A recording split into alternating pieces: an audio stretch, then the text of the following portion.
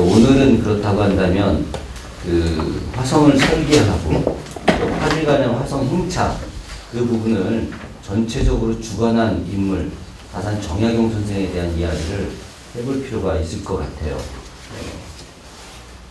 근데 먼저 우리가 이야기해야 될 것은 이제 정약용이라고 하는 인물이 오늘날 우리가 왜 이 사람을 배워야 되는지에 대해서 이해를 할 필요가 있다고 하는 겁니다.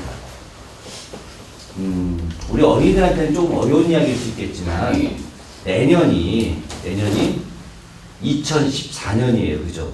예. 2014년이 도대체 무슨 해일까?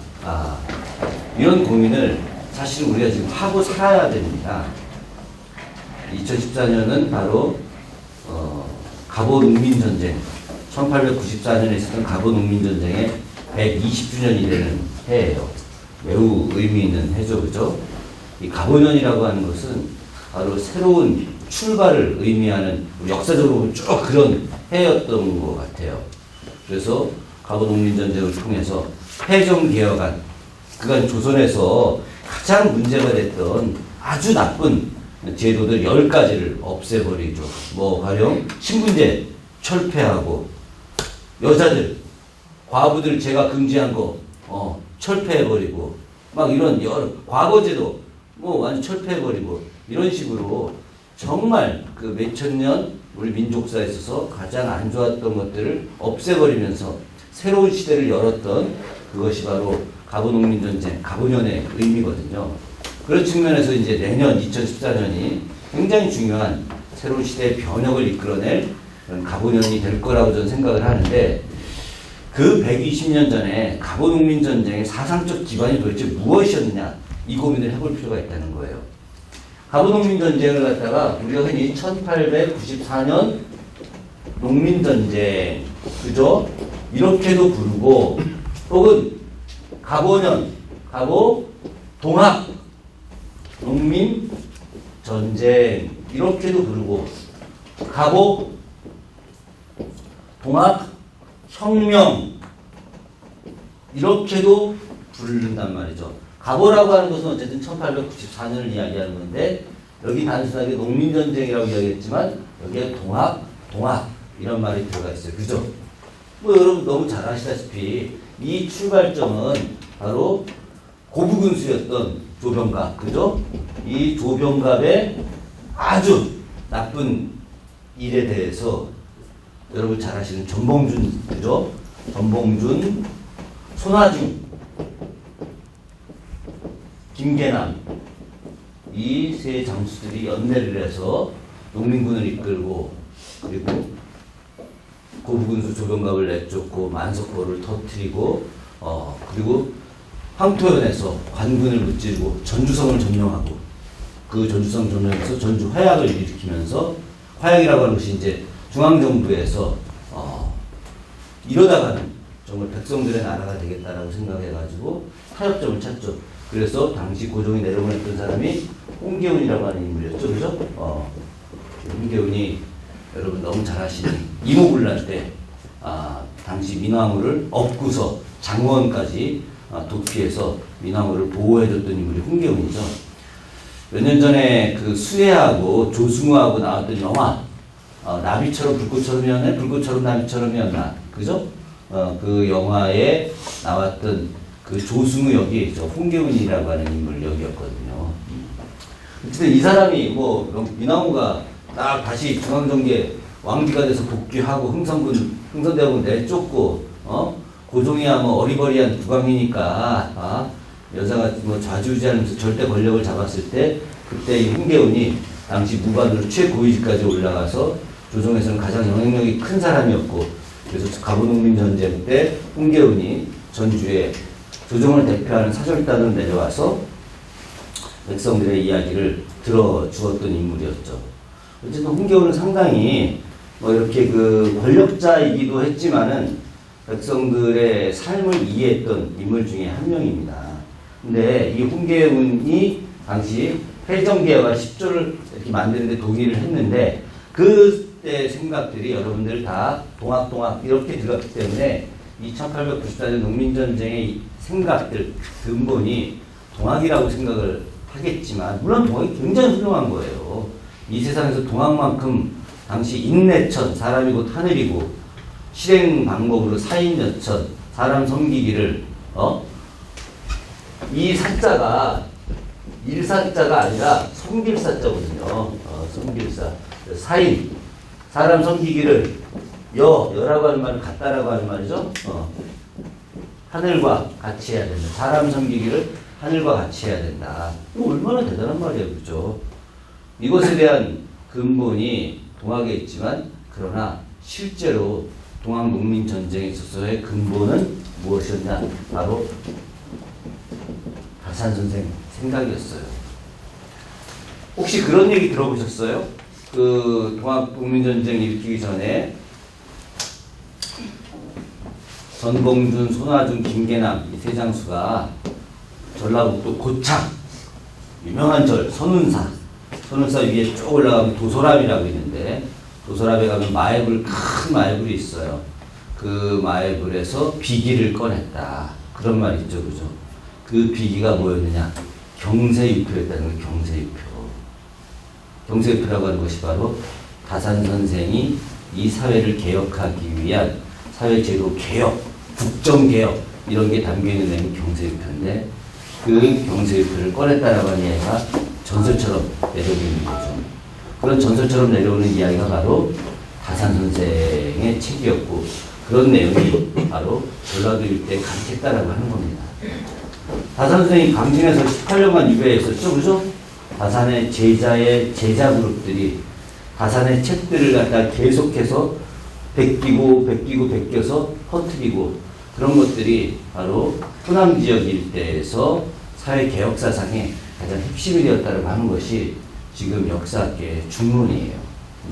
그렇기 때문에 다산의 어떤 생각들, 이런 부분들이 우리가 단순하게 일표 이설을 저술한 위대한 인물 이런 정도의 평가가 아니라, 바로 2014년, 오늘까지 이야기하는 2014년에서 새로운 21세기의 미래를 우리가 제시할 하나의 사회적 개혁 대안, 그리고 과거에도 마찬가지로 가보농민전쟁에서 밑바닥에 흘렀던 여러 가지 개혁사상, 이것이 바로 다산의 생각이었다고 하는 것입니다.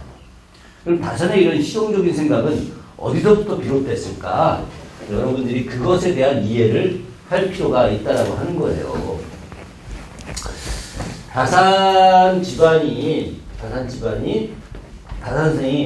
그런 이야기 많이 합니다. 자기 그 집안 이야기에 대해서 자기네가 할 때가 옥당에 있었다.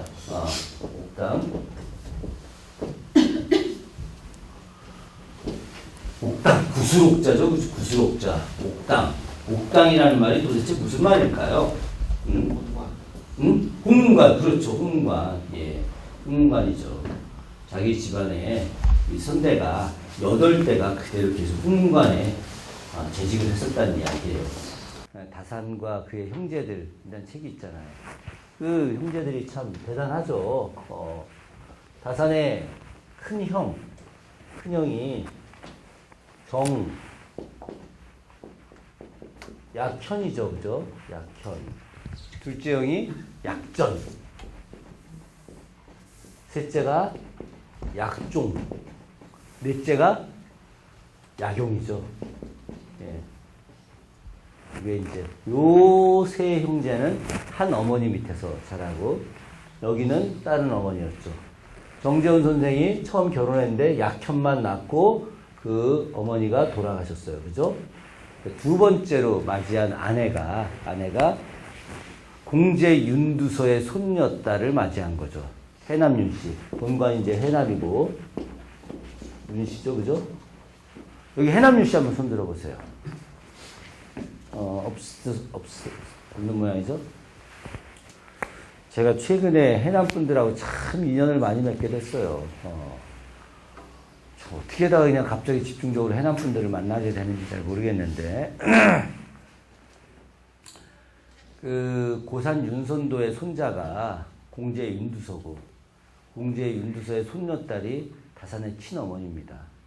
그러니까 정재원과 다산 어머니와의 결합이라고 하는 것은 당시 남인 중에서 바로 기호 남인, 경기도 일대의 남인과 호남의 남인의 결합인 거예요. 그러니까 남인 최고 명문가가 크게 네 가문이 있어요. 그래서 여러분 잘 아는 경주 최씨, 예? 경주 최씨가 이게 또 남인의 아주 대단한 명문 가문입니다. 백리 이내에 굶어 죽게 하는 사람이 있게 해서는 안 된다, 그죠? 그리고 그 어려운 시기에 남의 땅을 사서는 안 된다. 이런 거 이야기하는 경주 최씨가 남인이에요. 그리고 그 회제 이현적 선생 그 집안이 또 남인, 여주이 씨가 남인이고, 그리고 성호 이익 선생이 다 여주이 씨들이거든요. 예, 다 여주이 씨 남인이고, 그리고 나주정 씨, 다산 집안 나주정 씨, 그리고 해남용 씨, 이 집안들이 남인 내에서 최고 명문 가문들인데 그 중에 이 두 집안이 결합을 하게 된 거죠. 거기서 이 천재들을 안 거예요. 천재들을. 예. 저는 정조 시대를 그렇게 이야기합니다. 천재들의 시대다. 이렇게 한 시대에 한 천재가 나와서 뭘 하기도 그런데 저 때는 그냥 천재들이 드글드글한 시대예요. 왜 그러느냐? 그 제야에 있는 천재들을 군주가 알아봤기 때문에 그런 거예요. 군주가. 그럼 만약에 생각해 보세요. 천재 박제가, 천재 이동무, 천재 유득공,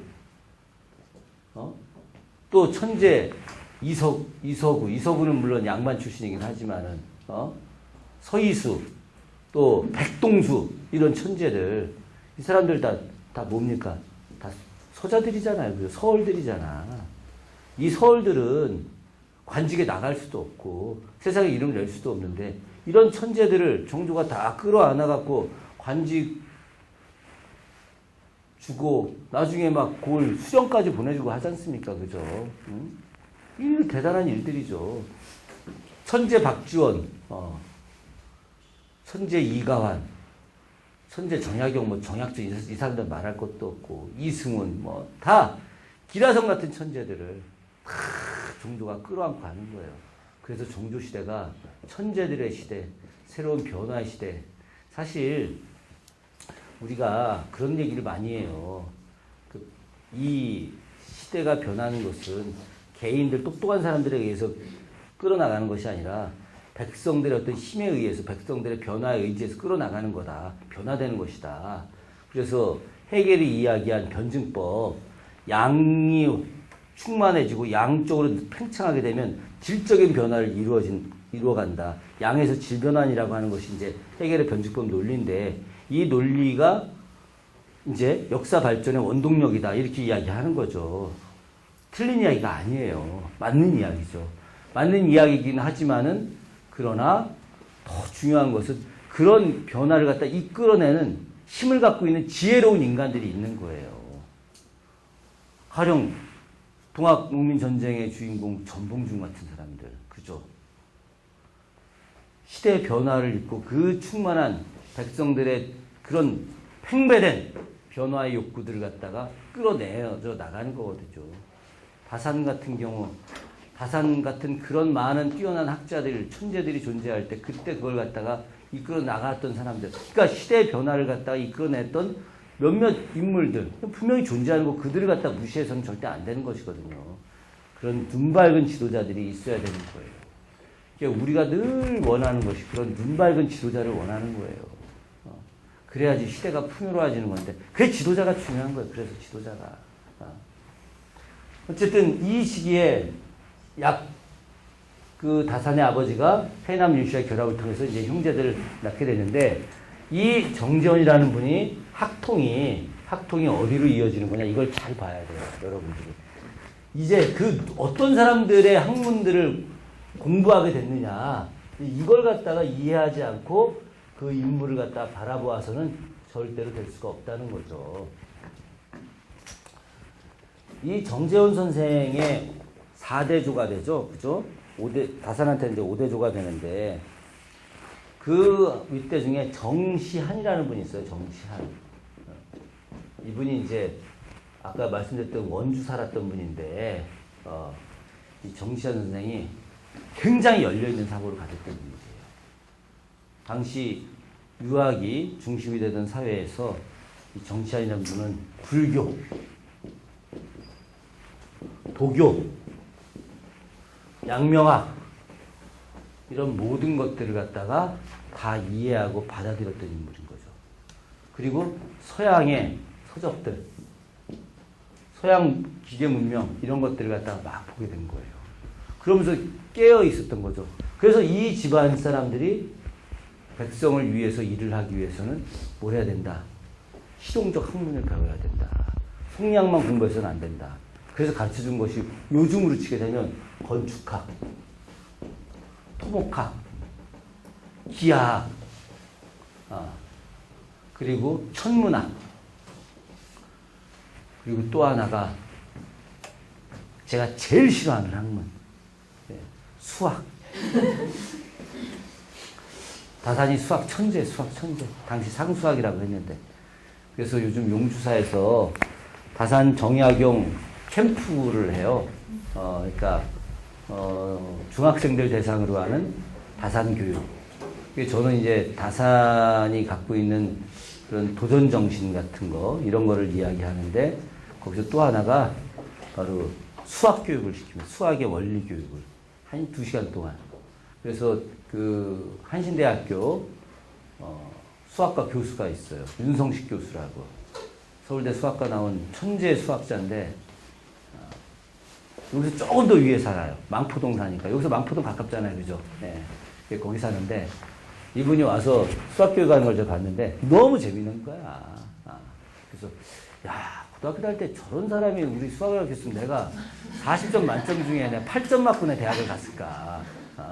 40점 만점 중에 제가 20점만 맞았어도 제가 완전히 다른 인생을 살았을 텐데, 이게 이제 가르쳐 주는 사람이 어떠냐에 따라 그렇게 다른 거예요. 그런 것들을 다 가르쳐 준 거죠.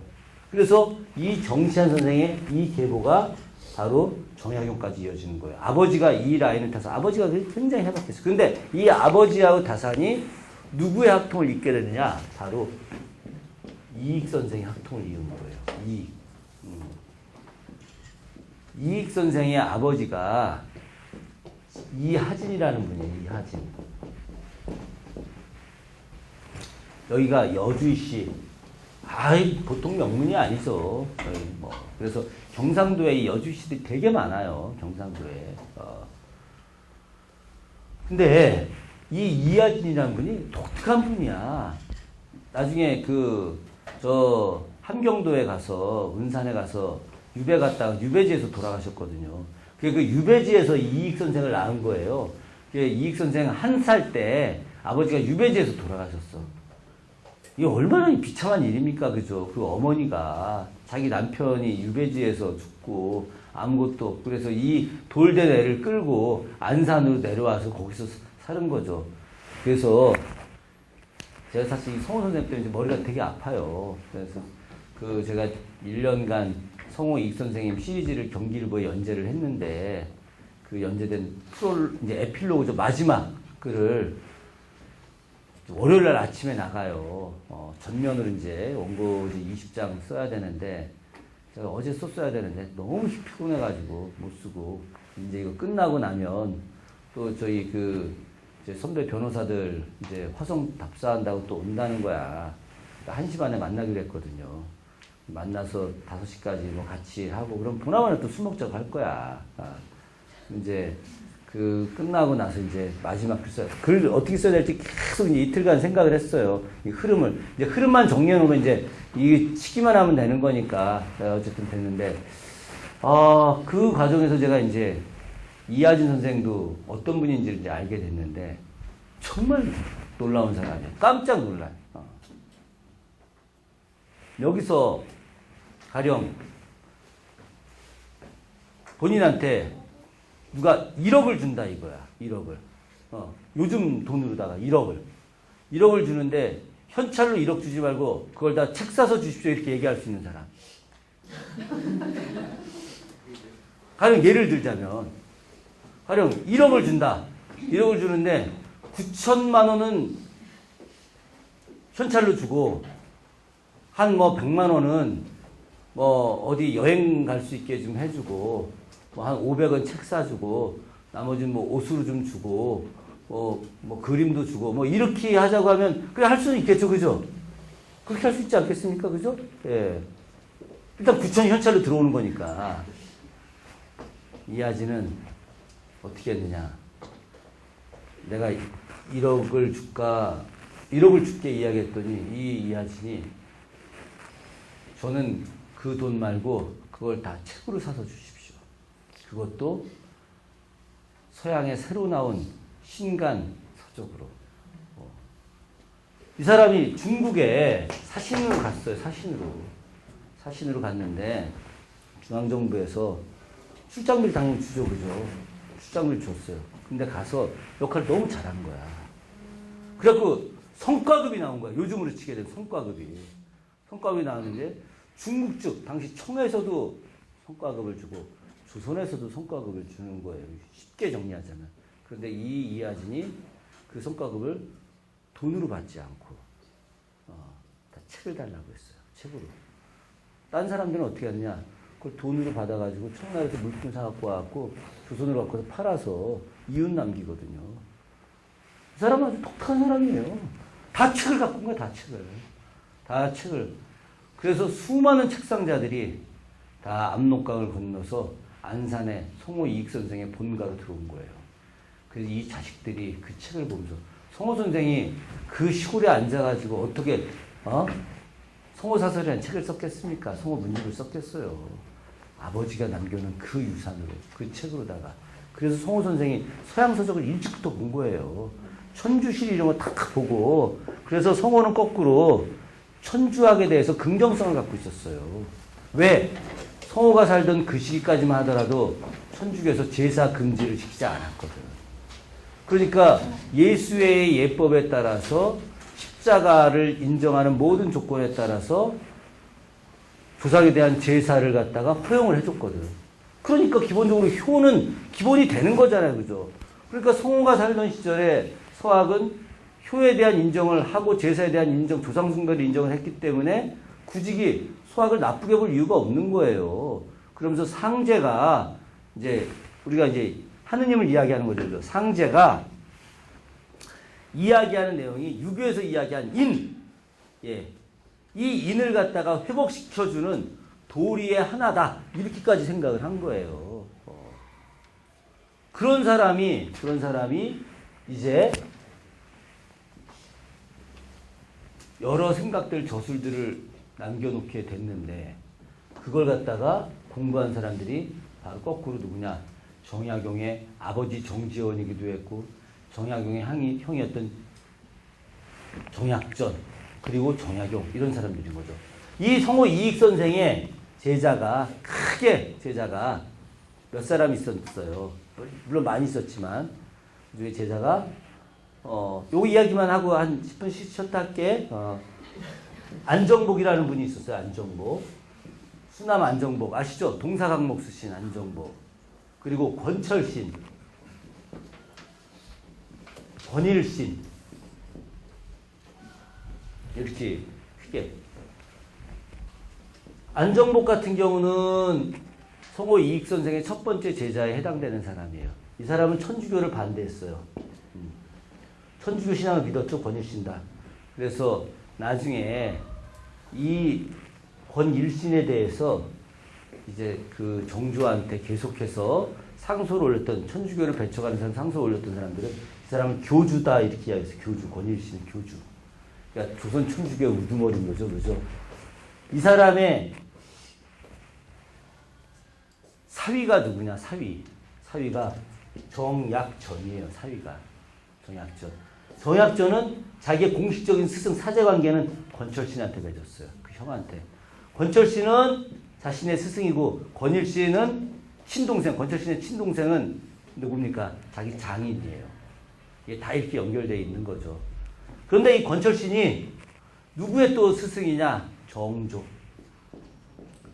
정조가 세손 시절에 정조 시강원, 세손 시강원에서 사부가 권철신이야. 그러니까 정조가 왜 굳이 계속 정약전 찾고 정약용 찾고 이런 일들이 다 이런 네트워크가 다 관계가 돼 있는 거예요. 생판 모르는 사람 데려다 쓸 수 있겠습니까? 절대 그런 거 아니에요, 세상은. 홍구경이 왜 갑자기 정조한테 가갖고 정조가, 저 동궁 시절에 정조한테 가서 딱 그러고, 정조를 끝까지 보호하고 왕이 되게 만들었어요. 홍구경이 갑자기. 해경공 씨 친척 조카잖아요. 해경공 씨가 딱, 자기의 팔촌 오빠였던 홍낙춘의 아들이거든. 그러니까 자기 집안에서 이미 검증된 인간이잖아요. 그죠? 해경, 풍사동씨 집안에서 구경이 걔는 애가 똑똑하고 막 하고 딱 검증됐으니까 쟤 데려다 갖다 놓으면 된다. 간 거예요, 그게. 다 네트워크가 되는 겁니다. 제가 나중에, 뭔 일 한 가지를 한다. 그럼 쫙 하다가 이제 인물이 필요하다. 우리 또 동전도서관 관장님, 제가 전화해서 한번 같이 하시겠습니까? 이럴 수도 있는 거지. 아니, 이제 가령 예를 들자면은, 이게 기존에 이제 이런 일들이 서로 간의 관계가 되게 중요하다는 거죠. 그런 과정에서 이제 형들이 이 성호 선생의 문집을 막 보고 막 그랬을 거 아닙니까? 그죠? 정약용 선생이 15살에 딱 성호사설을 읽어봤어요. 그랬더니 자기가 알고 싶었던 모든 것들이 거기에 다 담겨 있는 거야. 인생, 철학, 학문, 예술, 문화, 백성의 어떤 삶에 대한 개혁들, 이런 것들이 다. 그래서 그때 15살에 마음을 먹고, 뭘 마음을 먹어? 성호 이익 선생님을 자기의 참다운 스승으로 삼아야 되겠다라고 하는 마음을 먹고, 이제 다른 사람들은 나의 스승이 아니다. 거꾸로 굉장히 오만한 것일 수도 있죠. 그죠? 15살 나이에 성호 선생님만이 나의 진짜 스승이다라고 이야기했으니까. 그렇게 해서 사숙을 했다. 자기 형은 권철진을 스승으로 삼았는데 자기는 권철진의 스승이었던 이익 선생을 마음의 스승으로 삼았다. 이렇게 자찬묘지명에 써놨습니다. 그 다산을 이제 띄우려고 하는 의도들이 되게 많은데 그걸 너무 좀 과도하게 하면 좀 안 된다는 생각을 좀 갖고 있어요. 다산 선생이 화성을 설계한 것은 분명히 맞지만 그러라고 화성 설계라고 하는 것이 그 다산이 완벽하게 모든 건물, 요즘처럼 건축사처럼 설계사처럼 그렇게 설계하는 게 전혀 아닙니다. 되게 잘못 알고 있는 사실들이에요. 다산이 설계를 했다라고 하는 것은 일종의 큰 계획을 세운 겁니다. 높이는 가령 얼마로 하자. 전체 길이는 얼마로 하자. 여기에는 어떤 시설물들을 두자. 이걸 하기 위해서 순서는 어떻게 진행하는 게 낫겠다. 가령 뭐 수원천을 준설하고 준설을 돼서 나온 자갈돌을 갖다가 기초로 쓰고 성벽 높이는 뭐 평균 6m로 하고 산 위는 낮게 하고 평지는 높게 하고 담장은 어떻게 만들고 그 안에 건축물들은 어떻게 하고 그 안에 도시공간은 어떻게 하고 이것이 바로 다산의 설계안인 거지 다산이 건물 하나하나를 다 설계한 게 아니에요. 그래서 화성 내에는 다산이 계획했던 건물들이 있고 다산의 계획에서 빠져있는 건물들이 있고 또 다산이 전혀 생각하지 않았던 건물들이 따로 또 있는 거예요. 가령 다산이 설계했다가 완전히 빠진 건물들 이런 건 뭐냐? 화성 성벽이 쭉 있으면 성벽 앞에 또 높이가 낮은 말들이 넘어오지 못하게 하는 그런 이 장애물 있잖아요. 그걸 또 만들기로 돼 있던 거예요. 다산의 애초 성설 안에는. 그런데 그게 실행 과정에서 없어져 버린 거죠. 그리고 다산이 아예 생각하지도 않았던 건물들 이런 게 만들어진 공심돈. 공심돈 같은 다산은 아예 생각 자체를 안 했던 건물들이에요. 예. 그리고 또 하나가 그 유명한 방화수리전 같은 거. 예. 서북강로. 방화수리전 이런 건 다산은 아예 생각도 안 했던 건물들이 정조의 계획에 의해서 또 만들어지는 것들이거든요. 그렇듯이 다산의 생각이 화성에 깊숙이 배어 있지만은 그러나 다산이 다 계획을 세워갖고 돌 3개까지 남겨놨다. 이거는 아니라는 거죠. 그러면 우리가 다산을 왜 중요한 사람으로 높이 평가를 해야 되는 거냐? 그건 바로 이런 것 때문에 그런 거예요. 사람의 의견을 모아서 그것들을 통해서 새로운 안을 내는 것들. 이게 되게 중요한 겁니다. 여기 계신, 한 25분 정도의 분들, 한 30명 정도 되는 분들이 각각 생각들이 다 달라요. 그 다른 생각들 중에 좋은 장점들, 그것들을 모아가지고 새로운 이 사회의 변화 발전의 원리로 적용시킨다던가, 아니면은 여기에 있는 생각들을 갖다가, 더 이 지역을 갖다가 문화예술적으로 더 발전시키게 하는 좋은 대안으로 만든다든가, 이걸 갖다 끌어내는 사람들, 이게 중요한 거거든요. 일반적으로 잘 알려져 있지 않지만 화성 축성할 때 단계가 있었어요. 먼저 다산이 설계를 기본적으로 합니다. 1792년 12월 달에. 그리고 1793년 1월 달에 화성 유수로 번암 체제공이 내려옵니다. 그리고 당시 정조가 아주 특별한 지시를 내려요.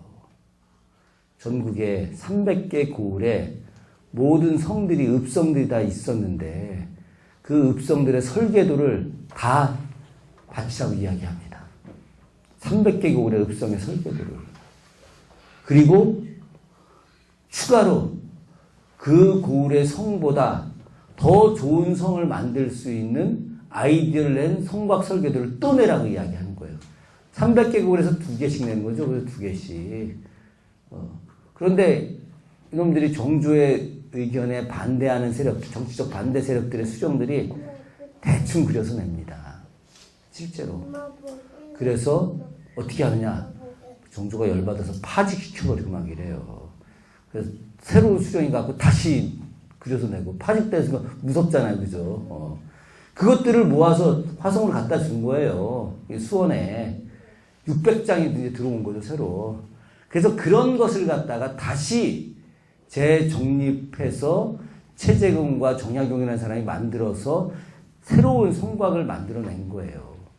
그게 바로 이 화성인 거죠. 그러니까 거꾸로 다산이 왜 중요한 인물인 거냐? 많은 사람들의 의견을 하나로 모으는 지혜, 이런 걸 갖고 있는 거예요. 그러니까 똑똑한 사람들, 여러분들 그거 혹시 그 말 아세요? 다다익선이라는 말? 다다익선. 다다익선이 한신하고 유방하고의 대화에서 나온 거잖아요. 그죠? 유방이 한신한테 물어보죠. 야, 그 장수는 전차 몇 대를 운영할 수 있냐 그랬더니, 걔는 한 100대 정도 됩니다. 누구는 한 1000대 정도 됩니다. 누구는 한 10,000대 정도 됩니다. 막 물어보다가, 그러면 나는 몇 대 정도 운영할 수 있는 능력을 갖고 있냐 그랬더니, 저 황제 폐하야 한 10,000승 정도, 10,000개 전차 정도 운영할 수 있는 충분한 능력이 있다. 기분이 엄청 좋은 거야. 남들 다 몇백 대, 몇천 대 이야기하는데 이제 자기 10,000승, 그래서 만승지존 아닙니까, 그게. 만승의 전차를 운영할 수 있는 게 황제가 만승지존인데, 그러니까 이제 씩 웃으면서, 그러면 우리 한신 장군은 어느 정도입니까? 물어봤더니, 저야 다다익선이죠. 많으면 많을수록 좋죠. 얘기를 한 거죠. 순간 또 급비짐한 거 아니겠습니까? 그죠? 예. 그래가지고, 나는 황제인데 나는 10,000개 가지고 하고, 왜 너는, 많을수록 좋다고 하느냐. 그랬더니 여기서 뭐라고 얘기했습니까? 바로, 저 폐하께서는 저같이 다다익선을 할 수 있는 사람들을 이렇게 통솔할 수 있는 지혜와 능력을 갖고 계시지 않느냐. 그게 더 중요한 거다. 이 이야기 하는 거죠. 그래서 또 이 유방이 씩 웃었다는 거 아닙니까? 그죠? 자기보다 능력이 되게 많은 사람들이 많아요. 아까도 제가 이야기했지만, 천재들의 시대이거든. 다산보다 더 똑똑한 사람이 왜 없었겠습니까? 제가 이렇게 보니까 다산보다 더 똑똑한 사람, 이가완 다산보다 더 훨씬 똑똑했죠. 정약전, 다산의 친형이었던 정약전, 다산보다 더 똑똑했어요. 오죽했으면 정조가, 다산이 나중에 과거, 정약전 선생, 소남 선생이 과거에 급제에 왔을 때, 정말 그 동생보다 훨씬 똑똑하다. 이렇게 이야기 공식적으로 했거든요. 이승훈도 마찬가지고, 이동무, 박재가, 이 사람들, 제가 봐서는 다산 못지 않았어요. 그런데 왜 다산이냐? 왜? 많은 사람들의 의견을 모을 줄 아는 지혜가 있었던 거예요. 다산이. 자기의 의견만 고집하지 않고 많은 사람들의 그 좋은 의견을 받아 안아서 그것을 새롭게 만들어낼 수 있는 사람. 그래서 이 사회에서 제일 무서운 사람이 뭐냐? 무식하면서 부지런한 사람이라는 거 아닙니까? 무식하면 부지런하지 않으면 차라리 나은데 무식하면서 부지런하기까지 하면 환장하는 거죠, 이게. 그래서 자기가 지혜가 없다 하더라도 남의 좋은 지혜들을 빌리고 그것을 모아서 새롭게 만들 수 있는 그런 리더십이 사실은 우리가 다산한테 배워야 되는 거예요. 자, 그러면 이제 다산이 어쨌든 화성을 건설하고 그 이후에 이번에 미스테리 아니 의궤 이제 보셨겠지만은 그 의궤에서 사실 다산의 역할은 나오지 않았어요. 지금 저 추필곤 PD가 저하고도 이제 얘기를 좀 많이 하는 편인데 제가 이제 돈 벌 기회를 놓쳤다. 무슨 이야기냐면 이번에 의궤와 관련된 내용을 저한테 그 책으로 써가지고 좀 제대로 좀 돈을 좀 버셨으면 좋겠다. 사전에 얘기했는데 게을러 터져갖고 이제 책을 못 썼죠. 못 썼는데 이번에 의궤 3부작을 보면서 너무 많이 아쉬웠어요, 개인적으로. 왜냐하면 제가 했던 이야기들의 10분의 1도 반영이 안 됐어요. 그러니까 그걸 다 하기에는 돈이 모자랐던 거죠. 시간도 모자랐고. 편당 5억씩 들여서 만들었는데 그래도 부족해서 차라리 잘 됐다. 왜냐하면 내가 이야기하는 부분들이 거꾸로 내가 따로 책을 써서 이제 써줘야지 이거 뭐 의궤 갖고 되겠냐. 어쨌든 의궤의 기획자가 저인 거는 이제 다 알려진 사실이고 뒤에 자막에도 나와 있으니까 그건 나중에 그거 갖고 누가 시비를 걸 수는 없는 거니까. 근데 그 의궤에서 드러내지 못했던 부분 중에 하나가 8일간의 화성행차의 시작부터 끝까지 모든 걸 총감독자가 사실은 다산이에요. 예. 종조의 문집에도 나오고 종조 홍제전서에도 나오고 다산 신문집에도 나옵니다. 그래서 다산이 미리 내려옵니다. 미리 내려오면서 척후 국왕의 어떤 호위부대, 우리가 다산 반차도에 보면 1778명 나오는데 실제로 이제 6,000명 가까이, 5,700명 가까이가 참여하거든요. 이들이 안 보이는 거예요. 다 곳곳에 지금 국왕 수호하기 위해서 다 배치돼 있고, 화성에 성곽 군대 배치돼 있고, 다 이랬던 거거든요. 이거는 행차에 참여한 사람만 한 2,000명 가까이 되는 것이고, 나머지 6,000명 가까이는 보이지 않는 곳에서 다 대기하고 있는 거예요, 지금. 그런 모든 종합적 계획을 세우고 추진했던 사람이 바로 다산이었거든요. 유배자로서 유배지에서 유배된 가장 지극히 고독한 선비죠. 이보다 더 고독할 수가 없죠. 그죠? 더 외로울 수도 없고 더 무시당할 수도 없고 더 비참할 수도 없는 이 사람이 자기가 이것을 극복하기 위해서 4가지를 해야 되겠다. 이렇게 마음먹었습니다. 첫째, 제가 늘 생각하는 거예요. 제가 이 다산의 이 생각을 늘 생각하면서 살아가고 있어요. 저한테는 제일 중요한 격언입니다. 여러분들한테 그렇게 됐으면 좋겠어요. 그래서 말씀드리는 겁니다. 제일 첫째가 생각은 맑게 해야 된다. 생각은 건전하게 하자는 거죠. 자기를 갖다가 괴롭힌 놈들, 이 새끼들 다 욕해봐야 소용도 없는 거예요. 자기를 무시하고 자기를 협박하고 또 요즘 보면 자기를 드러내지 못해서 안달난 인간들이 한둘이 아니야. 저는 페이스북 이런 거 보면 진짜 어떤 분 웃겨요. 제가 아는 사람들이 있는데 진짜 허접하기 이를 데 없는데 거기다 대고 엄청 대가인 것처럼 올려놓고 사진 올리고 하는 거 연구소에서 지금 공부를 하고 있습니다. 이런 걸 왜 올려? 지가 연구하면 되지 그걸 왜 올리냐고. 웃기지도 않아 죽겠어. 일개 기능직 공무원이 기능 7급 이게 폄하하자는 게 아니라 청와대 앞에 가서 탁 심어 어제 갔던 지난번 갔던 청와대 비서실 분위기하고 오늘 분위기 또 다른다. 그럼 남들이 보면 엄청 대단한 것처럼 보죠. 난 그 사람이 기능 7급인 거 다 아는데 얼마나 웃겨요. 자기를 이렇게 과시하는 이거에 너무 큰 거야. 그럼 저도 때에 따라서 아이 쟤들 진짜 웃긴 놈들이다. 이것들 진짜 이렇게 한다. 이런 것도 가질 필요가 없는 거예요. 그래 그 사람이 또 그럴 만한 이유가 있겠지. 자신을 해한 사람이나 저도 정말 제가 이 상종하기도 싫은 인간들이 있어요. 거짓말 무지무지 하는 인간들이 있습니다. 그러면서 바깥에 나가서는 아주 자기가 대단한 인물인 것처럼 또 아주 이 시대를 이끌어가는 사람인 것처럼 이런 인간들이 있어요. 아휴, 막 꼴보기도 싫죠. 그러면 그런 인간들의 거짓말에도 넘어가고 확 또 하는 인간들도 있어요. 이 사회를 바로 잡아야 되는데 이런 생각 하다가도 저 새끼들 좀 어떻게 처단하지 이런 생각 하다가도 다산 선생님이 이야기하신 생각을 맑게 해야 된다. 다산 선생님이 그 생각을 맑게 해야 된다는 것이 상대방을 미워하지도 말고 상대방을 인정하고 존중하는 우리가 늘 생각을 건전하게 해서 희망을 갖는 이런 생각을 갖자. 이 생각을 맑게 하자는 거예요. 두 번째가 말을 하지 말자. 다섯 진짜 입을 다물고 살자. 왜 그러냐? 모든 화의 근원은 입이에요. 입. 예. 어제도 제가 사실 살짝 낮술 한잔 했어요. 어제 그 교수들하고 어제 수원부시장 특강을 하고 나서 부시장이 점심 사겠다고 해서 우리 교수들 5명이랑 같이 갔는데 그 부시장이 저하고 너무 친한 선배예요. 대학 교수하다 이제 수원은 100만이 넘기 때문에 정무부시장이 있지 않습니까? 그죠? 정무부시장으로 왔던 형인데 이제 뭐 얼마 안 남았죠. 그죠? 한 7개월 이제 남은 거지.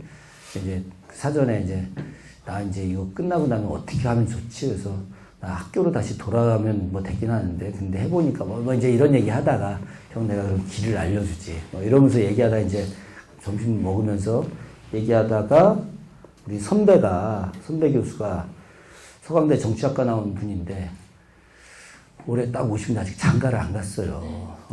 근데 그분이 마음에 두었던 여자분 한 분이 있는데 그분이 결혼 의사는 전혀 없는 분인데 제가 또 그냥 뭐 농담삼아 분위기 띄웠죠. 그러면 어떻게 내가 한번 잘 엮어줄까 막 이랬죠.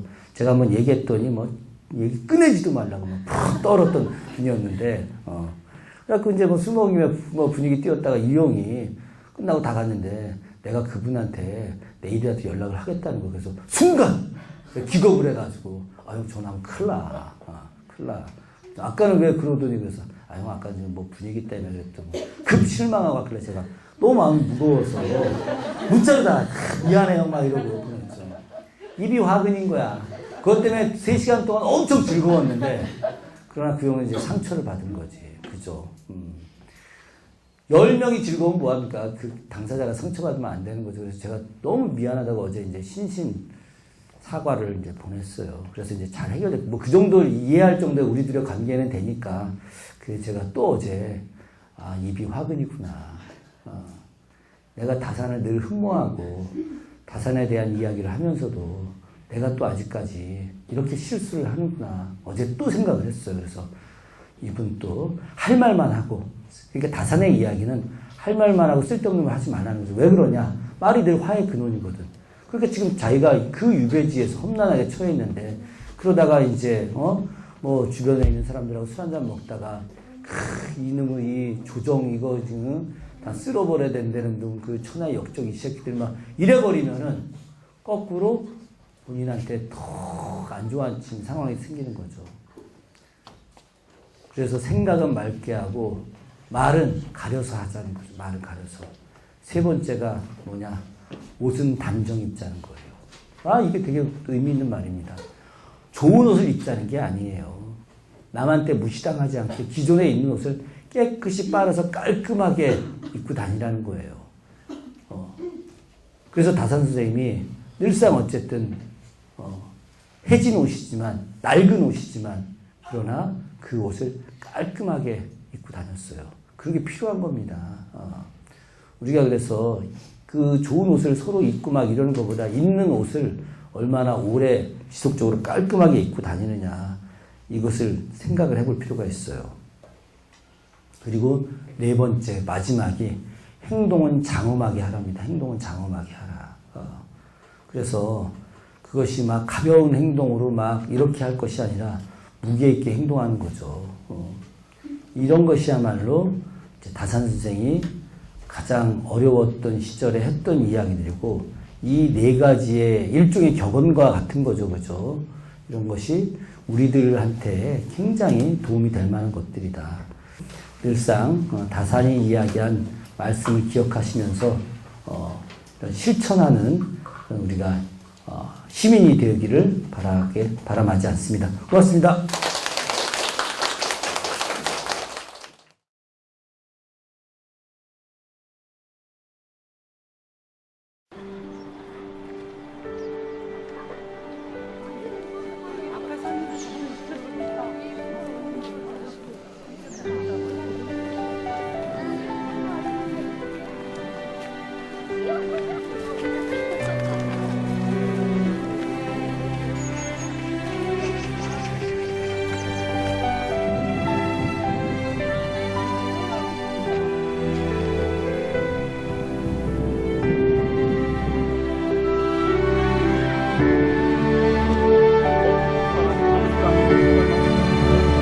수원의 화성을 받쳐주고 남한산성과 한성 이런 것들을 잇는 그런 역할을 하는 중요한 요새로서 작용을 하죠.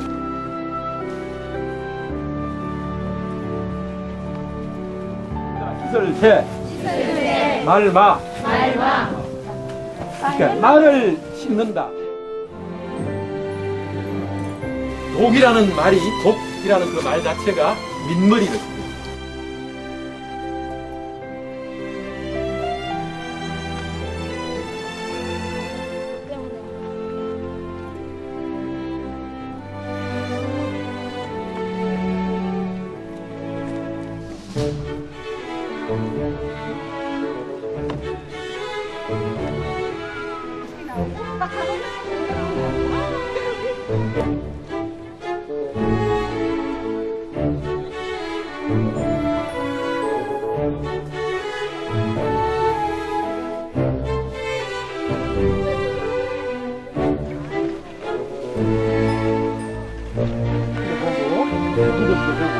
참비도 한번 할 수 있고 우리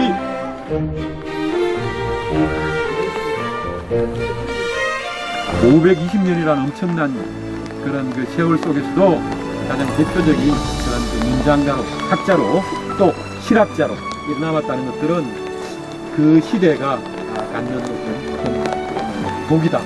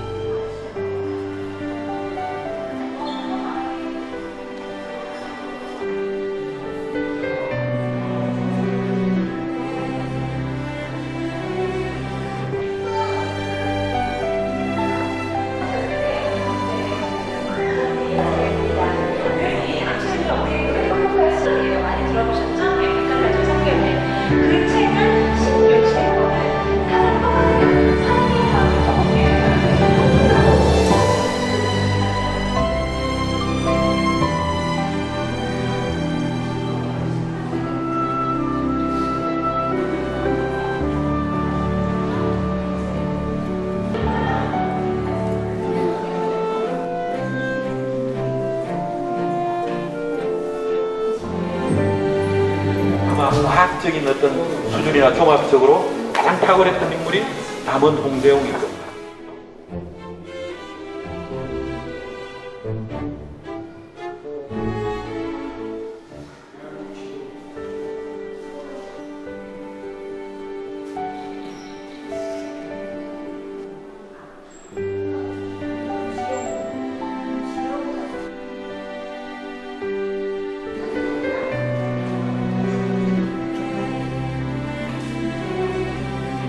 아침에 우리가 올랐던 산은 독선산성입니다. 임진왜란 때 건줄 장군이 왜적을 물리쳤고 그래서 상당히 의미 있는 공간이었고 훗날 성조가 가성을 쌓으면서 이곳에 이제 중군을 두는 아주 중요한 요새로서 계속 개성해 나갑니다. 그리고 우리 이제 다산 정약용 선생의 생가가 있고 무덤 있는 우리 남양주로 왔습니다. 남양주에서는 여유당이라고 하는 그 다산 선생이 살아갔던 그 어두운 시대에 그 희망을 잃지 않고 정말 때가 되었다 한문으로 구세를 대비했던 그 다산 선생의 마음을 배울 수 있는 그런 소중한 장소가 될 거라는 생각이 듭니다.